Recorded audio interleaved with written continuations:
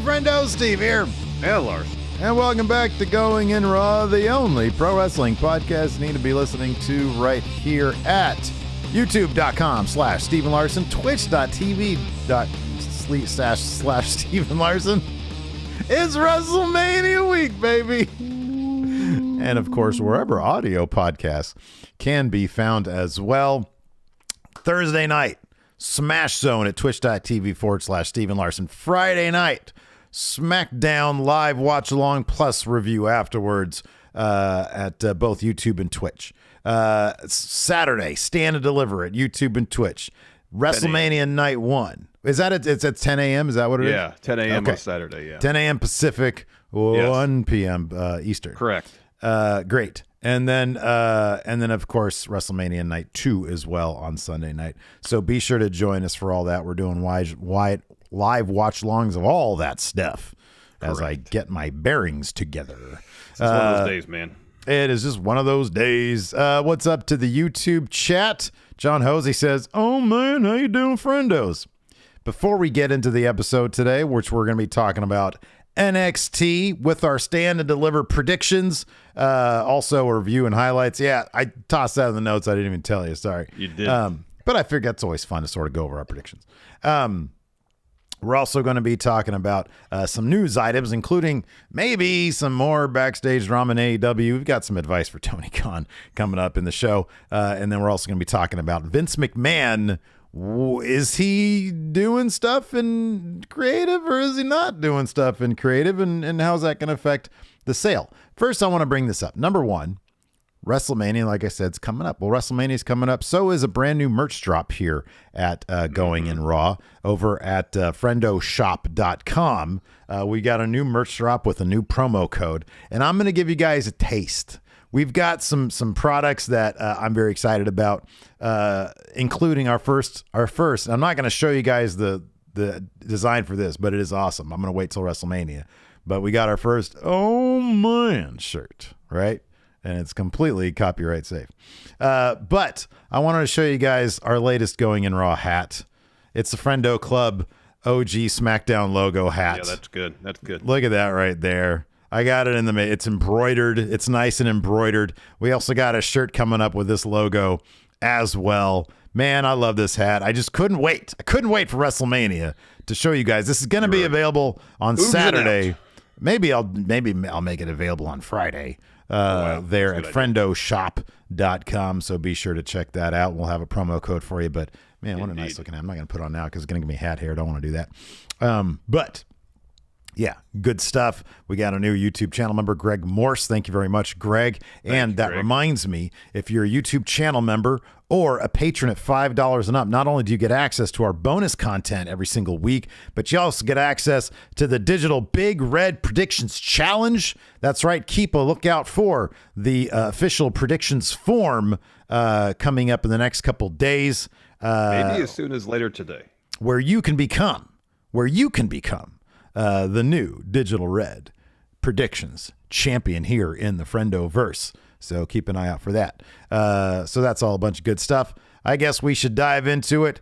First up, seemingly, the last thing AEW needs, Larson, is more drama. But while doing the press rounds in advance of AEW All Access, DMD herself, Britt Baker, once again talked about how she's not entirely convinced that Thunder Rosa has actually been injured. Here's what she told Slam Wrestling when asked what she thought. When asked if he thought, when asked what her thoughts were on Thunder Rosa. Sorry, I typed this up quickly. Had changed because apparently during the All Access show, there's a bit where she's backstage talking with her homies, Jamie Hayter and Rebel, I think. I think literally the quote is, all these storylines stopped when she became champion. Yeah. So she says this: I stand by everything I said because I still have the same questions. You're traveling all over the place for other projects, but you're not coming into work where you're the champion? I have that question. I want to know why. I'm just asking that question because I'm very passionate and protective of AEW. Anyone can call me a bully, but I stand by that, and that question still hasn't been answered to this day. People like Adam Cole, baby, would have killed to be able to come to work, but he cannot travel. It's not like he was going in and doing a signing or convention or seminar. They're not coming to work, but he wasn't able to even leave the house. Now, obviously, this is something that's being brought up on the All Access stuff. This is stuff that had been making the rounds on the internet, wrestling community stuff in the dirt sheets. There was a report that there was a big backstage meeting where Thunder Rosa had said, hey, this is the deal. And then like apologies had been made. And seemingly it was sort of in the past and a new chapter had been started moving forward. Is this going to help the situation at all? Or is digging up old stuff like this for the sake of a reality show the appropriate way to go, given what AEW is going through right now? Yeah, I think there's two vantage points here. There's one, in a bubble, is this a good idea to bring up past backstage issues potentially to promote this reality show? And on that aspect, I would say if all parties are of the understanding this is to promote the show and otherwise things are good, why not? AEW's aware the fans eat this stuff up. Mm-hmm. It's backstage drama. Now, but again, that's all if all parties are like, cool, we're good. This was in the past. Yeah, say stuff, work, do the work thing here to promote it. So people want to watch to get the inside scoop on all the drama, but we're good. Don't worry about it. If all parties agree to that, cool, whatever. Given the nature of what's seemingly happening in AEW day by day with beef, with drama going on, I don't know if it's exactly the best look. Where you got Phil posting on Instagram a bunch of stuff. He takes that down. Mox responds on Renee's podcast. And that's just like this past week. Not to mention going all the way back to Brawl Out. Seemingly between Brawl Out and maybe like the beginning of this year, it was just a constant stream of stuff going on. There were backstage fights, arguments, people shooting on Twitter, social media, just airing grievances and starting beefs. We did that WrestleMania. Before you can continue your point here in a second. We did that Fightful WrestleMania roundtable yesterday with Shaq and Tempest. And Tempest made a good point when we were asked about our perceptions of AEW going back and now in the present. And Tempest was like, this was interesting. He said, I'm paraphrasing, back when it was firing in all cylinders, it seemed like such a place to work of joy. Like people really seemed to be into it that worked there. And then at some point around when the Hangman Punk stuff was happening, there just seemed to be, like you said, sort of a landslide of just, and in his words, everybody seemed miserable there. It just seemed there was backstage story after backstage story. It's a company that sort of developed this reputation. Yeah, totally. And seemingly, apart from what happened a week ago or within the last week with Punk and all, and the story from Meltzer, it kind of felt like we were kind of getting out of that phase. We weren't hearing as much many news reports about backstage drama. No one was starting beef on social media. It just didn't seem to really be happening. Definitely not to the degree that it was. And then, maybe even if the Punk stuff hadn't just happened, maybe this would be a situation where it's like, okay, this is just something they're revisiting, promote the reality show. Yeah. It is what it is. They know fans are going to be into it, so that's why they do it. Small doses. I think this works. Yeah, totally. If it builds intrigue amongst your fan base, yes, in small doses, totally. But in light of what just happened, who knows how long ago this interview went down? That's a good point too. This interview could have been done before any of that Punk stuff came out. But yeah, in light of all that, it's kind of like, I mean, even fans are interested in the backstage intrigue, but at the same time, if this is kind of something that's plaguing your company in real life, that's necessarily something you want to capitalize on. If you're Tony Khan, don't you send out an email like a while ago to everybody, and the email will leak? Of course, doesn't matter. You still want to communicate to your wrestlers. We're gonna put a moratorium on slagging off other wrestlers in our company. Doing backstage stuff. All of our drama is going to take place on the screen because we've had enough real life stuff happen behind the scenes that's just making us not look great, and it's just sort of a bummer. And I don't know. You got to communicate to your people. Hey, don't. Yes, this all access stuff. It's going to be, it's going to be a reality show. It's going to be a documentary, even though it's clearly going to be. I don't know how much. We'll find out eventually how much of this is quote unquote real and how much of it is manufactured. Like much of the Cody Rhodes Rhodes to the Top stuff seemed manufactured for cameras, even if there might have been some element of truth to it. It seemed like some of this stuff was clearly manufactured for cameras. Yeah. And I would imagine All Access, it wouldn't shock me if we find out All Access was basically came from Rhodes to the Top season 2 or 3, whatever it was supposed to be. Yeah.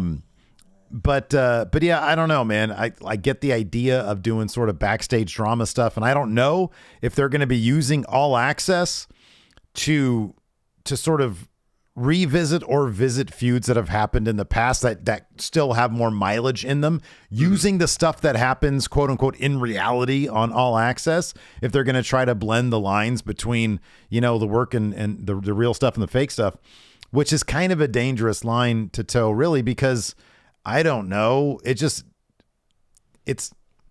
don't know that it really helps your company all that much, you know? Not with the ongoing kind of dark cloud of drama kind of always there. Yeah. You know, it's not as dark and gloomy as it was a few months back. My understanding is like this stuff was shot back in, I think, November, or started shooting in November. Okay. Yeah. So, you know, this stuff has been in the can for a few months here.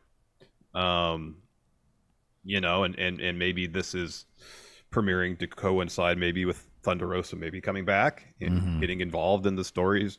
That's the story that's going on with the homegrown talent versus the outcasts. I mean, in her defense, like, what is she supposed to say? No, all that's in the past. I don't have any more questions about that. I think that she's great and she's fine, and we've gotten past that, all that stuff, because that doesn't really direct people to go watch All Access. No. So I guess you want to create. Like, it's sort of stuck between a rock and a hard place. It's like, yeah, I've still got questions, but maybe not really, but she wants to sell the show, you know? Exactly. So I don't know. It's just, you see another day, another story about backstage stuff at AEW, and it's like, okay, so this just hasn't stopped. But I get it. They have a show to sell. It's just, you got to wonder, is this stuff ever going to stop? Yeah, I know. And if it's a situation where, hey, we just have a show to sell, you want to hope, okay, well, hopefully all parties involved are aware this is to sell the show. Mm-hmm. Yeah. And are comfortable with that, you know? Yeah. So let's talk about WWE maybe selling, maybe not. Vince being in creative, maybe not. There's a lot going on here. And speaking of press rounds, Nick Khan was doing a bunch of that today. It's fair share interviews because, in case you forgot, WrestleMania is this weekend. So while talking to John Orant and Andrew Marchand, Nick Khan confirmed once again that Vince McMahon was, quote, not that involved in WWE creative, but added that Vince and Triple H have their, quote, own dynamic. Didn't elaborate, I don't believe, though. Khan also mentioned that the exclusive negotiating window for new TV deals with Fox and USA recently opened. Company expecting a large increase, and they will be open to apparently adopting a pay-per-view system similar to ESPN Plus and UFC if a large media rights deal would potentially required. The example he gave was if because he's talking about the success Peacock has had since it brought on the WWE Network content, and that if, for example, NBC Universal were to offer a new deal at like 5 times the value, but would require something like that to offset the increase in media rights, that they would be open to it. So for those who are unaware, ESPN Plus is a subscription service. I think it's $5 or $10 a month. Yeah. But unlike Peacock, you have to pay an additional, I think it's $70 now, or whatever it is, for the UFC pay-per-views on top of the subscription fee you're already paying. So essentially you're paying $5 or $10 a month just to have access to UFC pay-per-views. Yeah, I've read that because I don't get UFC pay-per-views. It hasn't been like 10 years. I used to go to Hilton's house and chip in for it. Yeah, I've heard those UFC ones can get up to like $100, like the big shows, like, you know, the super fights. I could be wrong about that, but I think I read that somewhere. Somebody told me that. But yeah, they get kind of pricey.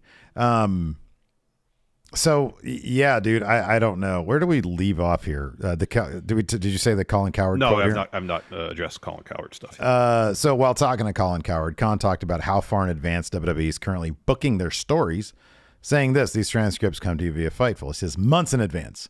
Months in advance. If you said now, where's the creative team with their process? They are months ahead of WrestleMania. Obviously, a huge focus on Saturday and Sunday to make sure we can execute what the plan is, but they're months ahead and they know that's the way it should be because 52 weeks a year, 3 to 4 programs a week. If you're not months ahead, you're going to get caught. We're going to talk a little bit about a Fightful Select report that came out that sort of plays up evidence suggesting that the level of involvement that Vince McMahon might still have in creative. But yeah, I don't know. We can actually get that now that I think about it because he says they're months ahead.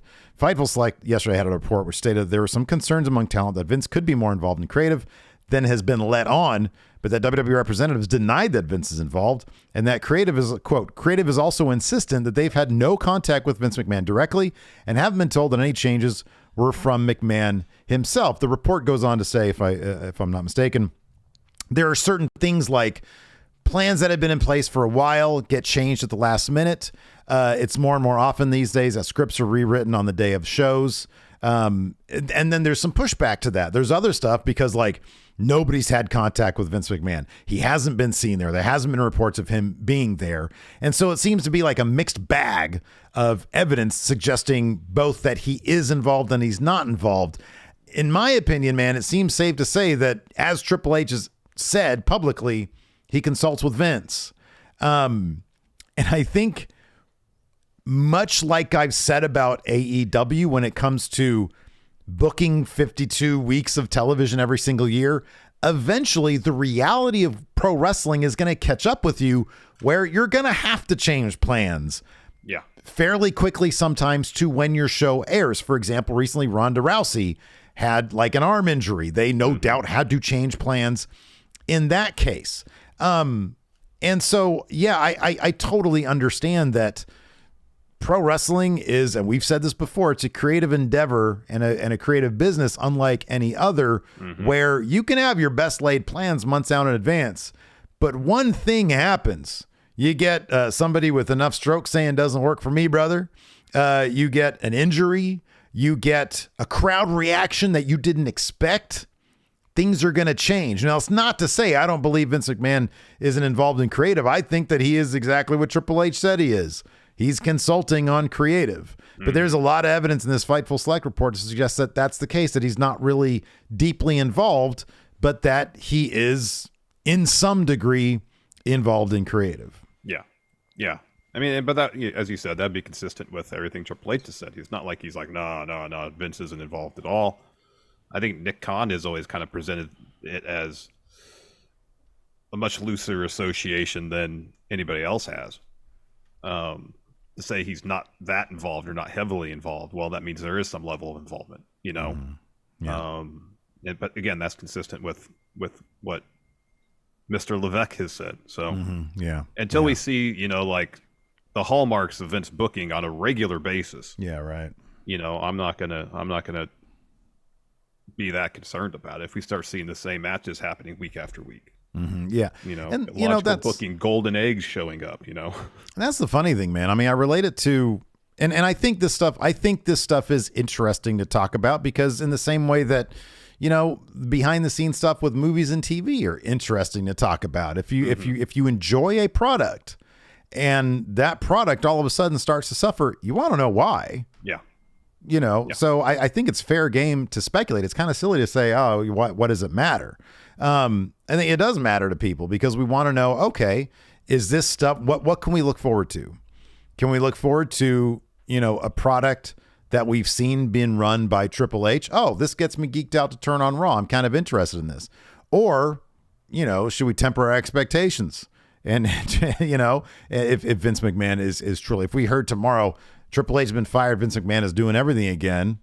Well, now we know why we're about to get what we're about to get, and we can talk about that. The creative process is interesting to talk about. It is. Not just what we see on TV. So Exactly.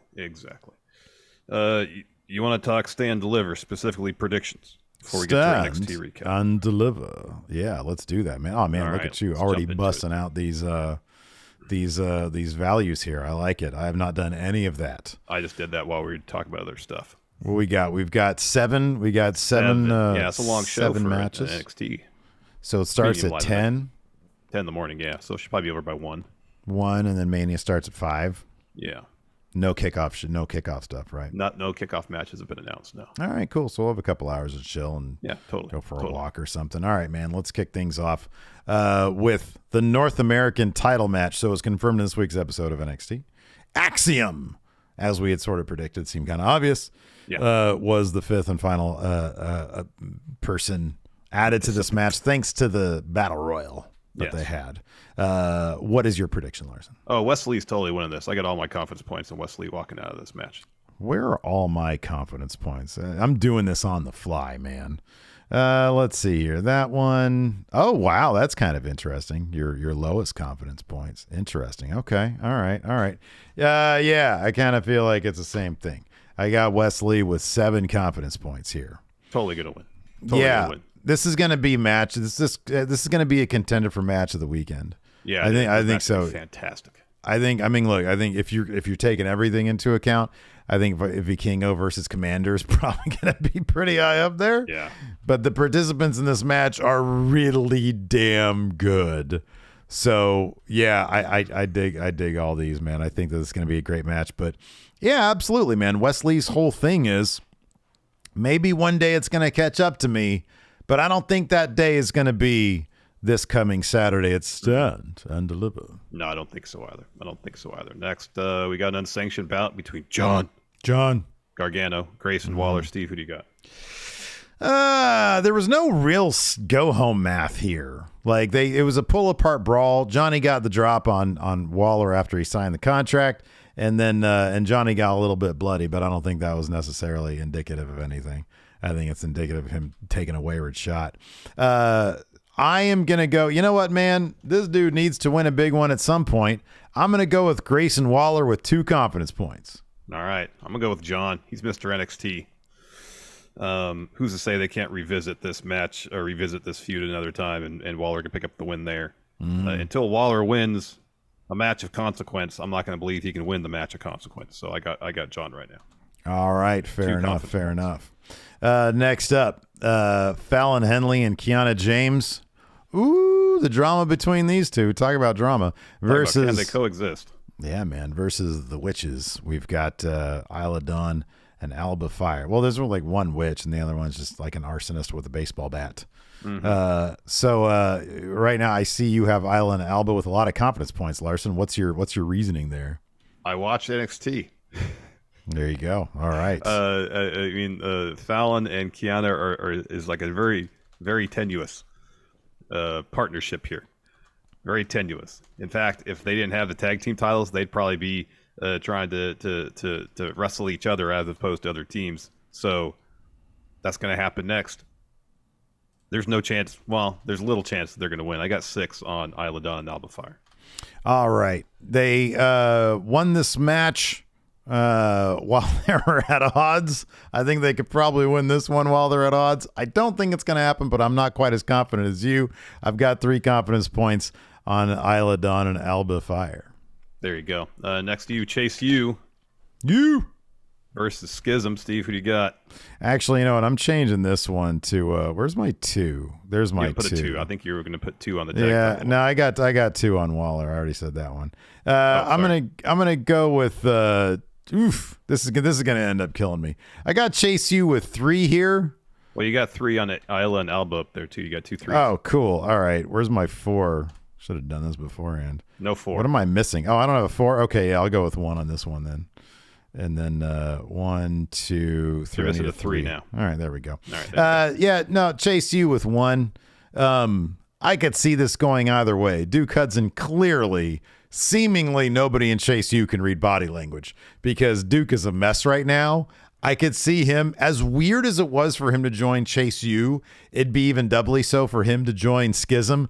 But I think that might happen, and then he'll have to redeem himself by getting Chase U back from Schism. But the idea of Schism taking over Chase U is that, you know what? I'm actually going Schism with one on this one, man. All right. I just talked myself into it. And in fact, I'm going to give it 3 confidence points. Wow. I'm going to go Waller 1, Gallus 2. There we go. All right, now I'm happy. I hear you. I don't disagree with anything you're saying. That's why I only have 1 confidence point on this. That being said, as we saw in NXT, Tyler Bate, he might be exactly what Chase U needs, a winning wrestler. Hold on. What we saw in NXT was Tyler Bate beating the biggest lump in the game right now, Von Wagner. Yeah, and Von Wagner beat every other member of Chase U. That's what they said last week. So it's really not that impressive, to be honest with you. I know, but that's already one bit of redemption for Chase U. Tyler Bate's going to be the one that leads them to victory, even if Duke turns his back on Chase U. I got Chase U with 1 confidence point. So your supposition is Duke turns and they still win? Chase U still wins? Potentially. All right. I like it. I got Schism with 3 here. I talked myself into it, man. Next up for the tag titles, Gallus Boys on top versus Creeds. Yeah. Versus Stacks and Tony D. Steve, who do you got? Oh, man. Gallus Boys on top. But I only got 2 confidence points because the Creeds are super strong. They're done with Indeshare, and Stacks and Stacks and Tony D. They're on the same page. This is quality stuff right here. Kind of surprised they didn't put Briggs and Jensen in this match. But yeah, I got Gallus Boys on top with only 2 confidence points. Yeah. Hey, yeah. Oh, yeah, Gallus Boys on top, 3 confidence points. Stacks will probably eat the pin here, I'm guessing. Oh, the underboss. Yeah, okay. Gallus getting the win. He'll sacrifice himself for Tony and eat the pin here. All right. Next, for the Women's Championship ladder match, Roxanne Perez is cleared. She's in the match. She's actually defending the title. They vacated the title. They gave it back to her, apparently. She's going to still be champion after this match. Mm-hmm. I got 4 confidence points. Roxanne winning. I'm going to go. I don't like putting this many confidence on this match. Is there any way I can? You know what? Screw it, dude. Guess what? Schism with 5. Wow. What did I have Schism with? I'm going to go Perez 3 here, just so I'm under you. I thought what they did on NXT was very interesting with her. I suspect, I have no idea if this is true or not. I suspect it might be coming from a place of reality, from a place of truth, maybe. And if that's the case, what they've said on air, plus the fact that she was legitimately out, leads me to believe that maybe she'll be good for this match, but maybe the performer does need time to sort through some mental health issues. I don't know, but like the entirety of the situation makes me think maybe that's not locked in stone. Maybe she can come back and do this match because it's not a physical injury, but maybe she will actually need more time away. I don't know. Yeah, I don't know I'll be honest with you. I think it's phenomenal they're bringing up an issue like mental health in a way that feels really genuine and honest. I think that's absolutely phenomenal. I thought that her bit with Shawn Michaels this week was so good. Yeah. Because it's a real thing that people deal with, and I think it's great that they're treating it in a respectful manner. Yeah. So I don't know whether it's part of the story, whether it's real life. I don't know. It's got me doubting the entire situation. So I got 3 confidence points on Roxanne Perez. I want to see her win this thing and continue talking about the subject of mental health on NXT, because I think it's a really important thing that a lot of people are dealing with these days. So yeah, I got Roxanne Perez with 3. Got Roxanne with 4. Main event, Braun defend the NXT title against Mello. Maybe I hope Carmelo wins. I want him to win. Yeah. Braun can get called up. They can try to figure out what to do with him on main roster. Try to find some dimension to that character. And have Mello carry NXT for a while. So right now I got Mello with 5.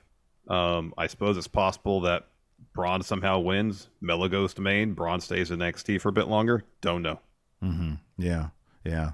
5's a lot of confidence points. I got 6 because who do I got my 7 on again? Oh, I got Wes. Oh, you know what, man? I'm going to bring down, because there's so many people in that match. Melo's up to 7. Wes is down to 6. All right. I should put Schism with 7, but I'm not going to do that. Yeah, put your full confidence behind Schism. Melo is going to be the new face of NXT. And if you look at what they're loading up NXT with, it's all people who are just phenomenal wrestlers now, dude. You look at that North American ladder match, and oh my God. You even look at the Battle Royal and the quality of wrestlers they got there, and they still have people who don't even wrestle that much, like Charlie Dempsey on the side. You got Dijak in that match in the Battle Royal. He easily could have been in this match and elevated it also. They're just, the influx of NXT UK guys has really done them a service as well. So, yeah, I think Carmelo's the perfect face for NXT. I personally hope they have him do double duty, have him be NXT champion on main roster, maybe as a new faction or maybe as part of a different faction. I don't know. We've talked about that before. But yeah, make this dude the face of NXT, but elevate him even more than they did with Braun. They are firing on all cylinders with Carmelo here. That they are. All right. We're done with that. Let's talk stand, deliver, go home. NXT, I thought it was a marked improvement over last week because I felt like it focused on telling stories in the ring. Sure. As opposed to having people just talk a lot. And, there's a place for promos and interviews and such, obviously, but, there's a healthy balance between telling stories in the ring and then using talking time to advance stories as well. And I thought this struck a much better balance between the two. Yeah, I thought there were some really cool spots in this Battle Royal. But no, and I liked sort of the framing device of Pretty Deadly talking up Stand and Deliver during the entire thing. But yeah, no, in terms of like being a go home, I thought there was a lot more story being told in this week's NXT than there was on Raw. Yeah. I mean, we even had, the little fake out with the Briggs and Jensen drama, them being added potentially to the tag team match and them losing that match against Tony D and Stacks. I thought that was kind of an interesting way to go because I thought easily Briggs and Jensen could have been added to that match. I find it interesting that Drew Gulak needs Charlie Dempsey to hit Hank Walker on the back of the head in order to beat Hank Walker. But I kind of appreciate how they're booking Hank Walker as kind of a strong dude, Yeah. I kind of like that, man. From a technical standpoint against Drew Gulak. Yeah, who's probably an amazing coach for him, by the way. Oh yeah. But yeah, no, I thought that through and through, I thought NXT was pretty decent this week, man. It was. Show opened up with Battle Royal for the final spot in the North American title match at Stand and Deliver. As you mentioned, there were some really fun spots, and anytime you get to see Axiom and Nathan Frazier in the ring, oh man. Oh, it's great. Oh man. Yeah. Just stellar stuff. So it looks like we're going to get a Dijak and Odyssey Jones feud. That's cool. Because Odyssey eliminates Dijak, and then Dijak pulls him out of the ring, kicks him, throws him the steps, put him back in the ring so Jinder could eliminate him. Walker and Gulak were both eliminated by Charlie Dempsey. Because Walker and Gulak were just like jockeying for position against the ropes. Dabba-Kato just absolutely dumped Apollo Crews out of the ring to eliminate him. Yeah. And then Axiom eliminates Jinder. That leaves Axiom, Nathan Frazier, Dabba-Kato, and Charlie Dempsey as the final four. Axiom, Frazier, and Dempsey all team up to eliminate Dabba-Kato. And then at one point, Axiom's in the ring. Dempsey's on the apron.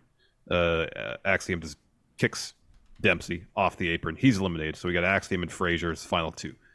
And we basically got like, a 6-minute mini match at the end of this. Yeah, that was cool. And these guys are incredible wrestlers. So in the end, Axiom eliminates Nathan Frazier, hits him with a super kick, tosses him over the top rope. Wesley gets the ring to shake Axiom's hand. Dragon Lee comes to the ring to do the same, and then Ilya and JD both get up on the apron. Yep. I like this point here from the Nerdy Niche on YouTube that's kind of underrated. He says, one thing I don't think they factored in is this is Ava Rain's first match. Says, I feel like they're going to give The Rock's daughter a win in her first match. Ava will pin Thea Hale. I think that's a really good prediction right there. Could be. Schism was 7. We also, I might. We also got, just for the Hale, I think it'd be great. We got a super chat here from D. Wilkes. Says, good morning from New Zealand, friendos. You guys doing any watch-alongs for any collective shows or Supercard this weekend? No, because Supercard, which is looking to be an amazing show, it's at the same time as SmackDown. I'm not going to do the dual screen experience. Also, Umbreon Untamed says, hey, friendos, Paul Heyman's Domino guy checking in, wanted to confirm he did stress eat about 4 barbecue chicken pizzas and the cheap wise man didn't tip. Oh, no. I'm going to need 4 barbecue pizzas, please, from Domino's. Domino's. Come on, man. High Plains Drifter here with Super Chat said, need that members only jacket next. For who? What were we talking about? Our merch shop. Oh, I know they have jackets on our merch. Okay, all right. We're going to look into that. I still want to get those tracksuits, man. Yeah, that'd be great. Also, Mark Marquez became a member on YouTube. Thank you so much. Oh, thank you, Mark. We appreciate that. Friendo Care Package member, too, man. I'm going to get some of those out this weekend. So, next we had the first of several pretty deadly match previews for Stand and Deliver. This one focused on a North American title match. And they each make their picks. Elton goes with JD. Kit says Dragon Lee. Yeah. After that, we have Chase U backstage. Chase says the future of Chase U stands in the balance of Stand and Deliver. But tonight, Tyler Bate faces Von Wagner. Hey. Who Chase U has never been able to beat. But Bate is going to right those wrongs tonight, and they're going to ride that momentum to Stand and Deliver. Bate says, I'm going to harness that momentum and take home a victory for the university. And then Chase says, Duke, you coming? And he says, yeah, I wouldn't miss it for the world. And Chase is like, all right, let's go. I'm like, man, somebody ask this guy if he's okay. Yeah, no. Because clearly he's not. He's not, no. So then we got Briggs and Jensen. They walk up to Kiana and Fallon backstage while they're already in the midst of an argument. So Jensen asks Kiana, is everything all right? And Fallon says to Kiana, you better tell him.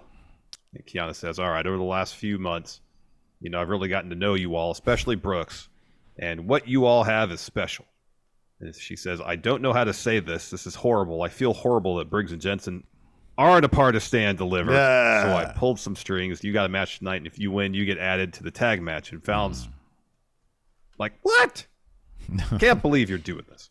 Yeah. Briggs and Jensen are really stoked because they want to go Stand Deliver. Fallon's upset, and Brooks says, Kiana, you're the best. Let's have a group hug. Yeah, man. Yeah. Gets even more spicy a little bit later on. But first up, hey,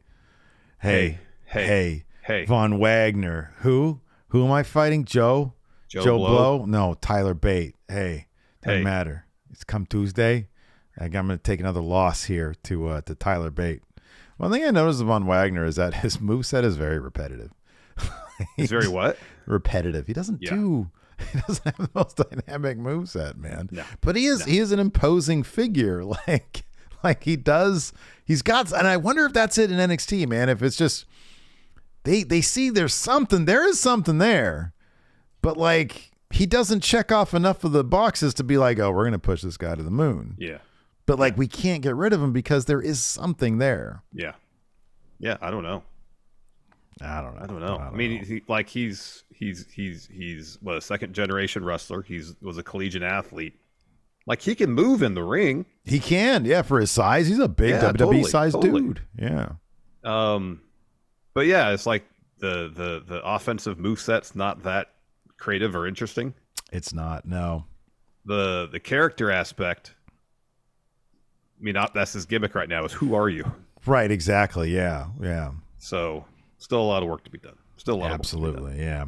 Tyler Bate gets the win here with a clothesline and a corkscrew splash. There is a bit where Robert Stone got in the ring, or he Stone? Yeah, Stone tripped up Tyler Bate. Bate goes to ringside, puts him in the ring. Thea hits Stone with a killer Luthez press. Yeah, boots him out. Bate turns around. Von Wagner hits him with a clothesline later on. Tyler Bate gets the win here. Chase U celebrate their win, and then the Schism video package rolls on the Tron, and they talk about the new curriculum once they take over.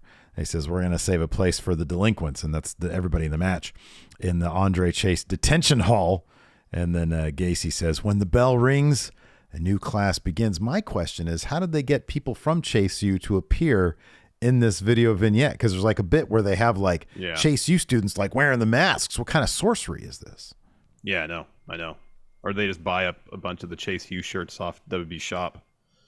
Oh, and put them on their own guys. And put them on Schism students. That could be. Who knows? After that, Roxanne Perez is looking for HBK. She finds him after the commercial break. She walks into his office, says, HBK says, how you feeling? She says, the doctors cleared me earlier this afternoon. She says, after all the tests concluded, it turns out it was exhaustion and anxiety that caused me to collapse. But now I'm back. The only thing on my mind is my title at Stand and Deliver. And HBK is very hesitant here. He's very tentative. He's like, that's great. He says, I'm glad you're fine, but my top priority is your health. So defending the title and ladder match, I don't think it's the best thing for you. We can crown a new champion, and then you can get the first title shot after a couple weeks. And Perez says, you know what? I struggle with anxiety. This year's been incredible, but when you accomplish your dream so fast, it's like, what do I do now? Is it all downhill? Did I peak at 21? And that gets my anxiety to go insane. And HBK says, you know, you might be fine physically, but you are 21 years old. You got a long career ahead of you. There's going to be more Stand and Delivers. And she says, will there though? She says, my anxiety is crippling, but I had to face it. But I have to face it. And the only way to win this battle is to climb that ladder and get back my title. And she brings up him. She's like, did you ever think there's going to be more WrestleManias? No, you went out and you did what you had to do. And HBK says, all right. And he's very fatherly here. He's like, I want meetings with your doctors and everybody involved. And he says, you deserve the right to defend the title at Stand and Deliver. You're in the match. But the level of concern that HBK here had for Roxanne, I thought the whole segment was really well done. Yeah, it really was. It was well done. Then we had Valentina Feroz versus Elektra Lopez. I literally stepped away for 30 seconds to put some clothes from the washer into the dryer. I came back. This match was over. This was like 3 minutes at most, I think. It was very fast. And surprisingly, there was no shenanigans in this. It was a straight up clean finish. Elektra Lopez dropped Feroz with her finish, the sit down power choke slam thing. Elektra Lopez gets the win here. No, at least I didn't see any brass knuckles. No I brass might have knuckles looked or away. anything like that. Yeah. After that, we had Eddie Thorpe's in-ring debut versus Miles Bourne. And Thorne gets the win here after a Saito suplex and a spinning neckbreaker. Yeah. It'll be interesting to see what they have in store for Eddie Thorpe, Carl Fredericks, formerly known as Carl Fredericks. Yeah. No, I'm again. They're loading up with just really good wrestlers. You know. Yeah. And as long as you combine really good wrestlers with interesting characters and good stories, you got a recipe for some pretty cool stuff happening. Indeed. Then we had a pretty deadly previewing Gargano versus Waller, unsanctioned bout. And then we got a Gallus interview. And they're asked, why are you willing to expand the field of this tag team match from 3, which already puts you at a disadvantage, to potentially 4? And they say, we're willing to defend against up to 3 more teams, but they say, why not? They all made a good case for why they should be in the match. Doesn't matter if it's 4, 6, or 8 guys. The odds don't matter at Stand Deliver. If it's the Creeds, Tony D, and Stacks, even Briggs and Jensen, they're all going to find out that it's Gallus boys. Where, Steve? On top. Gallus boys on talk. Yeah. I wonder if maybe Joe might come back and help out. Joe Coffey. Yeah. After that, we had Indy Hartwell versus Ivy Nile versus Saruka.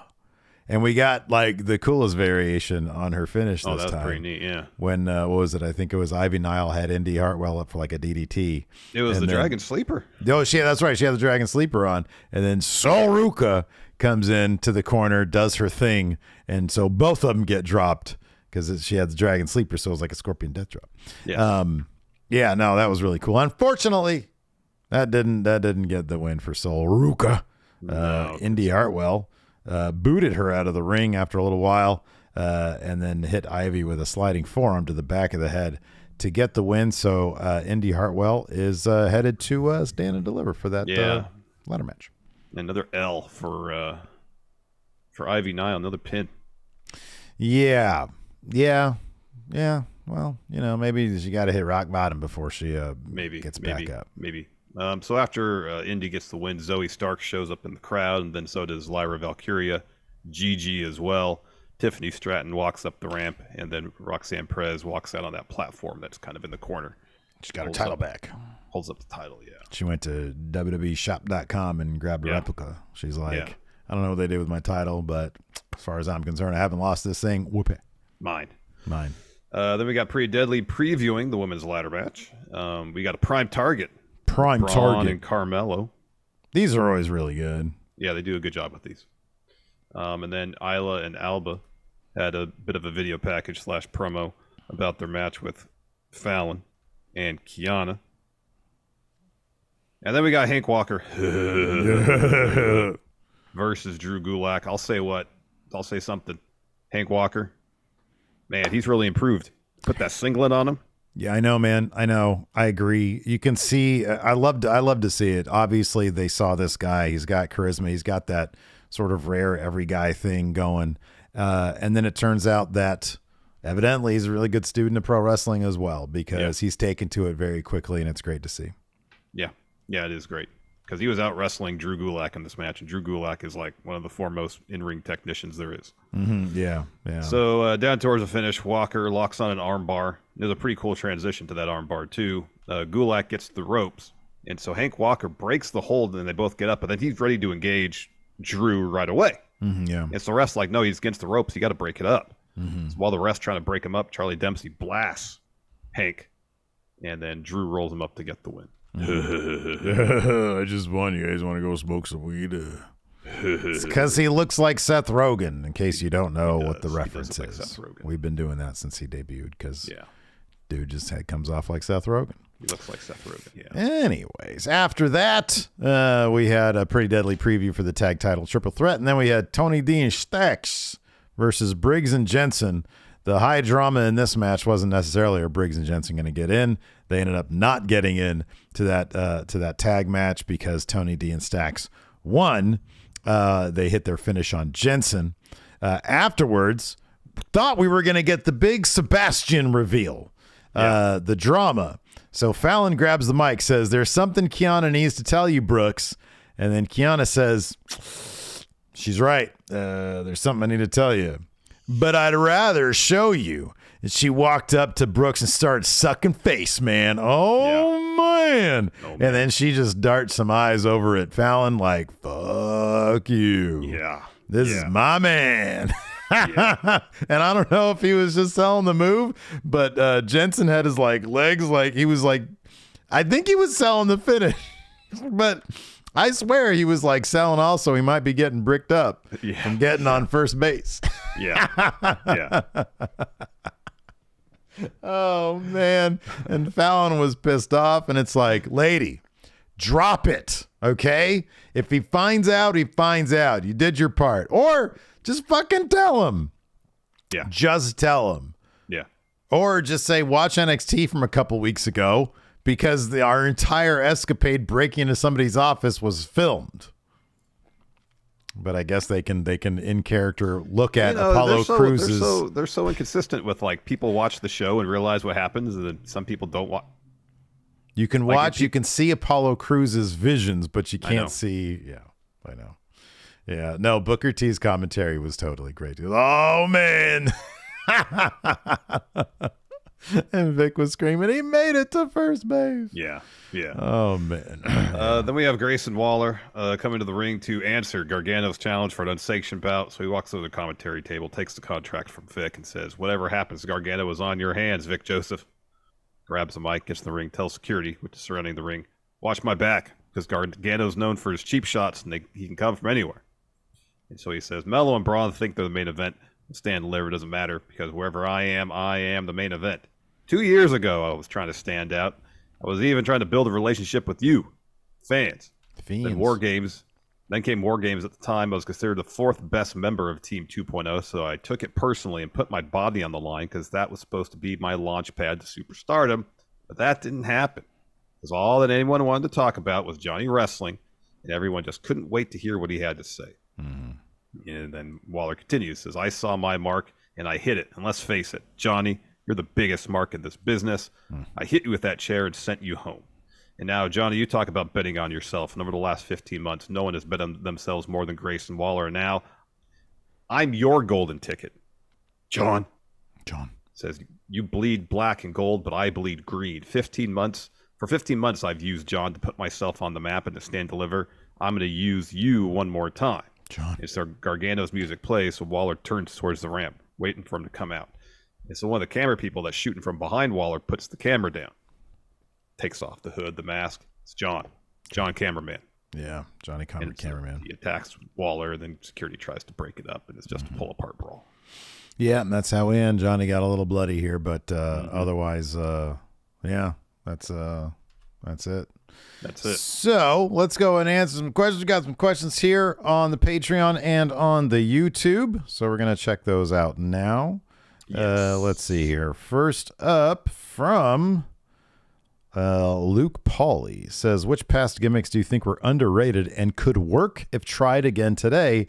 He mentioned Sean O'Hare's Devil's Advocate is the one that sticks out. The thing about the Devil's Advocate, I think, so I agree they could go further with it than they did, which wasn't very far in the first place. But also, it also seems like one of those gimmicks is kind of limiting. It's like, okay, that's your thing. What's your goal? Like, what's your deal? And how, like, what does it matter if you win matches, you know? Yeah. Can you think of any past gimmicks that were underrated that could work again? You usually point out Mordecai. Yeah, there's something interesting there. If they took that gimmick and used it today, and if whoever adopted it didn't just assume that they'd have to wrestle a really slow pace. Yeah. Because that's what they thought the character would do. Yeah. Then maybe it could work still. Yeah. Mm-hmm. Yeah. Trying to think of another one. Oh, and I know he had some degree of success, but I love the intellectual savior of the masses. Oh, yeah.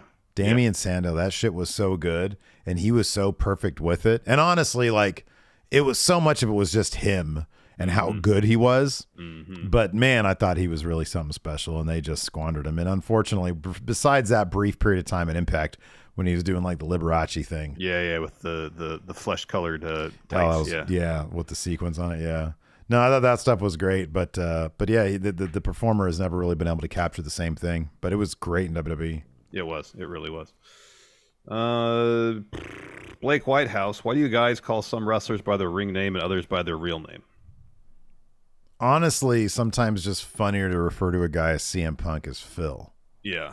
Because it's such a pedestrian name, whereas CM Punk is like a really cool name. It's funnier to call him Phil. It is. That's why.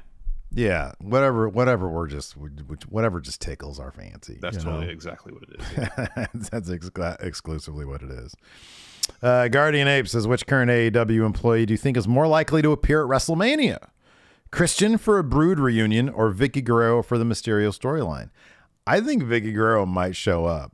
The Eddie I checked on that. Her contract's up till July. Oh, that long? Okay. Yeah. I recant. I rescind that then. Have you checked on Christian's contract? No, I have not. Well, then my answer would be Christian. Of the two, I guess, yeah, Christian. Yeah, I guess so. Joey Two Dimes here asks, I've been watching the Bloodline video WWE put up, and it's making me more certain that Jay is who should dethrone Roman. If WWE chooses that path and Roman beats Cody this weekend, when would Jay beat Roman? Would he have to wait till next year's Mania, or would they put that on at a smaller show? I don't think it could go on a smaller show, but I also don't think we could stretch the story for another 365 days.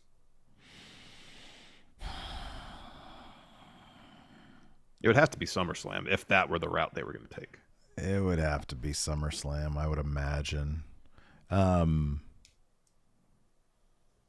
Yeah, I mentioned this yesterday on the show, and I know I mentioned it yesterday on the Fightful show. When you go back and you watch the Bloodline stuff, because I mentioned this also, WWE has this great supercut video of all the Bloodline stuff, and you go back and look at Jay and Roman's feud that, unfortunately, because of circumstances, had to take place at Thunderdome. Yeah. That stuff was so strong, it would have exploded the crowd. If that live crowd was there, Jay Uso might have truly had a chance at transcending the tag team thing and became the guy that maybe dethroned Roman. I firmly believe that could have been the case, because that crowd, based on the strength of the stuff, of the material, it would have gone way beyond this crap, like the thumbs up, the Thunderdome stuff, and who knows what they're even watching. Yeah, that stuff was so strong, and we never got to know what the crowd's reaction and how the story would have been affected because of that crowd's reaction. Yep. Yeah. Let's see here. Oh, this is interesting. Elvin says this is an interesting character observation for you. Elvin says, just catching up with a podcast. Learned Larson doesn't get happy about no lines at the grocery store. I bet he hates the carpool lane too. Yeah. Wait, since I don't get mad at no lines at the grocery store, I don't like the carpool lane? I guess. Those are two completely different things. So you don't get excited about not having to wait in line at the grocery store. Does that mean you don't get excited about the carpool lane being here's open? The thing. If there's a long line at the grocery store, at most it's, 15 minutes? If traffic's a long time, if traffic is bad, that could add like an hour to your trip. It's if not more. I will just say this. It's nice not living in LA anymore. Yes. Bryant, I love the carpool lane. Yeah. Bryant says, picking from different promotions, which 5 wrestlers would you choose to form a 2023 main event mafia? Roman. Okay. Okada. Yeah, Jerk Okada. Yeah. Because he's a real jerk these days. Oh, is he still doing the Jerk Okada stuff? Yeah. Oh, that's cool. I didn't know that. You know, Switchblade would work really well in a main event mafia type deal. That's true. Yeah. Britt Baker. I'll toss Britt Baker in there. It's good. She's a main eventer. Yeah. Zyshawn Moore says, what's your favorite opening WrestleMania match of all time? Didn't Seth and Orton open a WrestleMania before? Yeah, Daniel Bryan and Triple H. Oh, 30. Was that the match that actually opened 30? Oh, 30. Yeah. Oh, you're going to 30. I went to 31. Yeah. Just Seth and Randy just based off the RKO alone. Yeah, just the finish alone, Yeah. Did Brett and Owen open 10?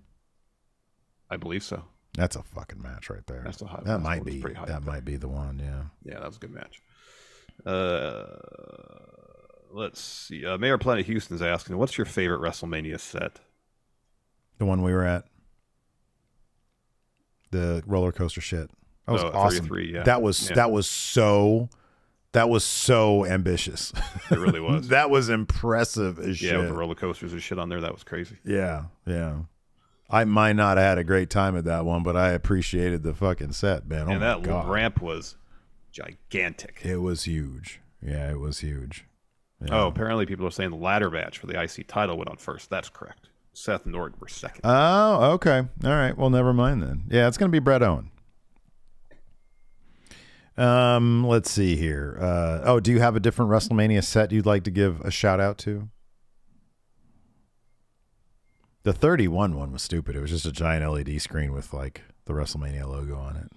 You know, I know it's not popular, but part of me appreciates that when they had Mania at Madison Square Garden, they had this simple entrance tunnel that was facing hard cam, and you just like, especially for Rumbles. I know it's not Mania, but especially for Rumbles, when you have to cut to the ramp. Yeah, you can still be watching the action as people come to the ring. Oh yeah. And I always like that. Yeah, that's a good point. Yeah. How many security guards do you think got yelled at for milling about? I know Pritchard makes that point, but it makes it feel like a lively place, you know? That never bothered me. I understand that. If I was producing the show, I'd be like, get those people out of there. What are they doing? It's just distracting because the stupid entrance is there the entire time. Just doing their jobs. Justin Reed here asks, with all the talk of people Triple H wants to push post-Mania, predict for next year's Mania, who are 3 picks from each of you who will be in title matches at Mania 40? Roman Reigns. That's a safe pick.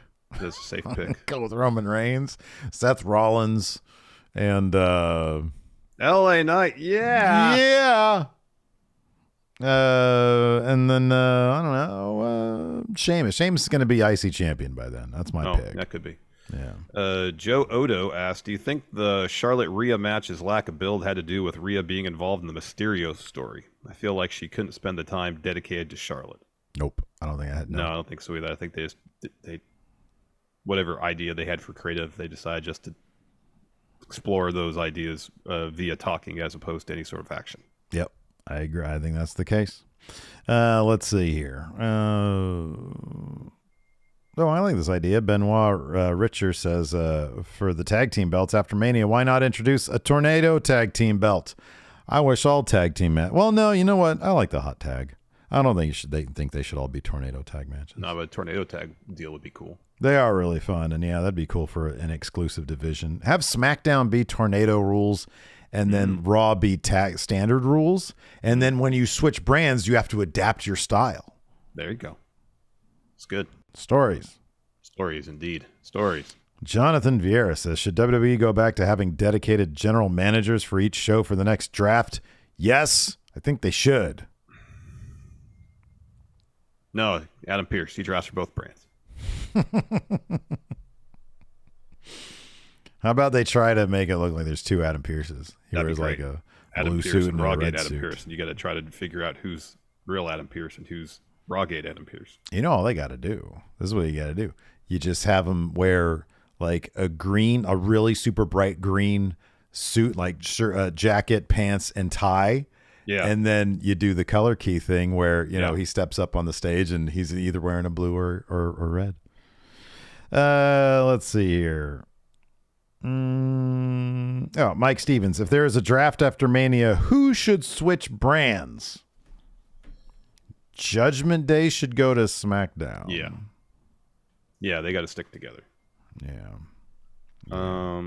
Break up the Street Profits via draft.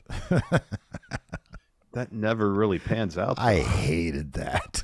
I hated when they would do that shit because you also just knew that they didn't know that was going to happen. And that's the shittiest thing possible. Yeah. You know, like you're the shitty. Dudleys or whatever, whoever you are, APA.